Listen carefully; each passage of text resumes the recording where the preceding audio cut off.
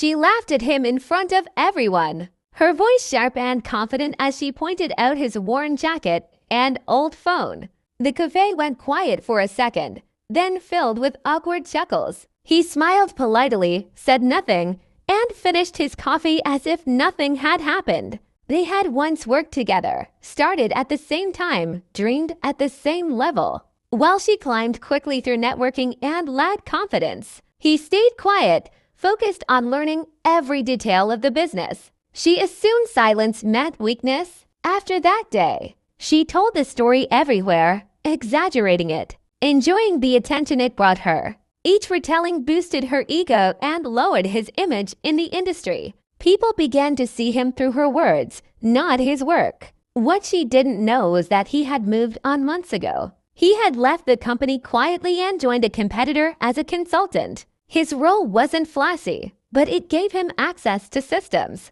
processes, and long-term strategy. He remembered every shortcut she bragged about, every rule she bent to look impressive. None of it was illegal on its own, just careless and poorly documented. He never rushed, never acted out of anger. Instead, he worked patiently, building reports, timelines, and comparisons. He focused on facts, numbers, and patterns that spoke for themselves. No opinions, no emotions, just evidence. When his new company prepared to expand, they needed to evaluate competitors. He submitted a detailed market analysis, highlighting inefficiencies and risk curves stood out clearly. Senior leadership took notice. Audits began, not because of him directly, but because his data raised questions. External reviewers were brought in, and suddenly, her department was under pressure to explain decisions she had once joked about. She struggled to answer.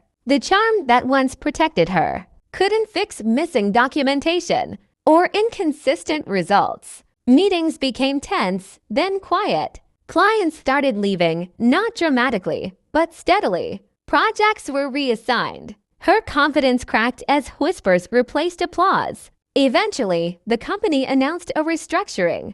Her role was eliminated due to performance realignment. No scandal. No public blame, just a professional ending. Months later, she saw him at another cafe. He looked the same, calm and unbothered. She wanted to speak, to apologize, or maybe accuse him. He simply nodded politely and walked past her. No smirk, no victory speech. He didn't need one. She finally understood that mockery can echo longer than laughter. And silence, when paired with patience, can be far more powerful than revenge spoken out loud.